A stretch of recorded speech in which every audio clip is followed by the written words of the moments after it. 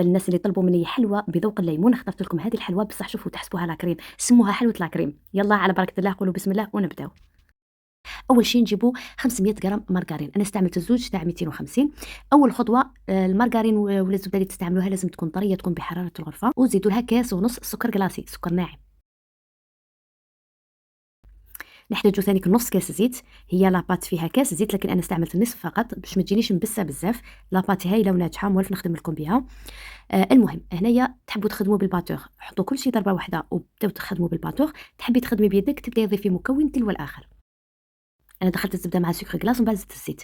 ملاحظة جد مهمة باش لاباط تاعكم ما تخرجلكمش الزيت وما تجيش مزيتة، كاين بزاف يصرالهم هذا المشكل.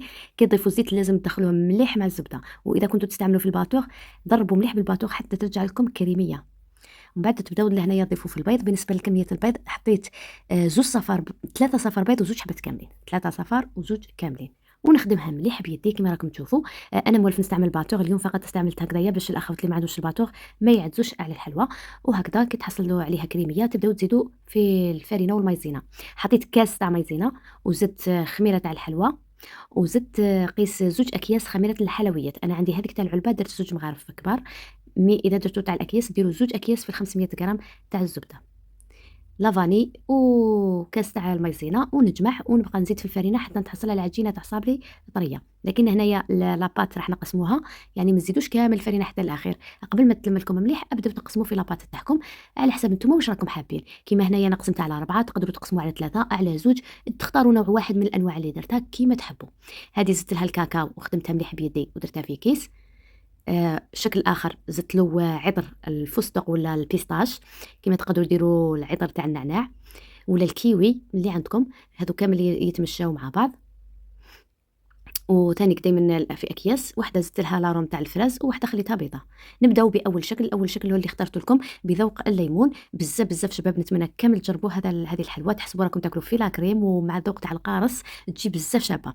شوفوا لهنايا نختصر، تحكموا لاباط تفتحوها ماذا بكم على زوج ساشيات باش ما تبقاوش تضيفوا في الفارينه. تحكموا المول اللي راكم حابينو تقطعوا به، العجينه تكون رقيقه، ديروها في سنيوات ودخلوها طيب. طريقه الطياب تشعلوا لها الجهه التحتانيه فقط، النار تكون عاديه ما تكونش زايده بزاف. كي تشوفوه تحمر ونشف لكم طفوا عليه باش ما تروح لكمش لاكولار.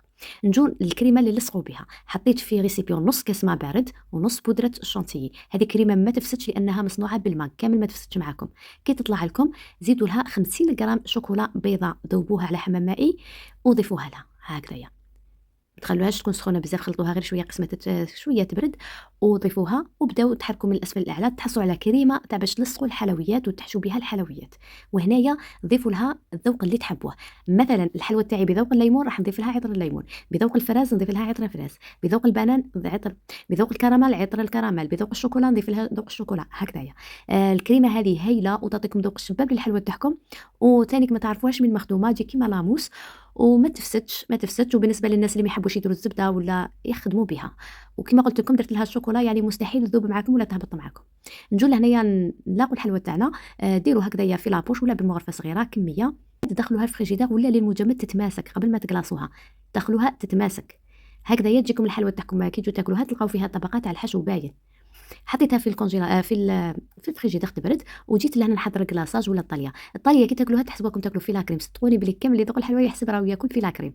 ما درت لهاش المنظر، درت لها 3 مغارف كبار تاع حليب، مغرفه زيت وزوج مغارف عصير ليمون مصفى، حركتهم مع بعض. ومن بعد بديت نضيف في السكر كلاصي نكون مغربلاته مع صبغه بيضاء، ملون غذائي ابيض خاص بالحلويات يتباع عند دوزن تاع الحلوى تاع الساشيات ولا هذا. وتبقاو تزيدوا في السكر الناعم حتى تحصلوا على الطليه تكون ثقيله. وقبل ما تحصلوا على هذيك الطليه ضيفوا الكولورو اللي راكم حابينه. انا لهنا الحلوى خدمتها لكم بذوق الليمون، ضفت لها عطر الليمون كيما اللون تاعها جا كيما لاكريم، وكي تكونوا تاكلوها لاكريم ديريكت.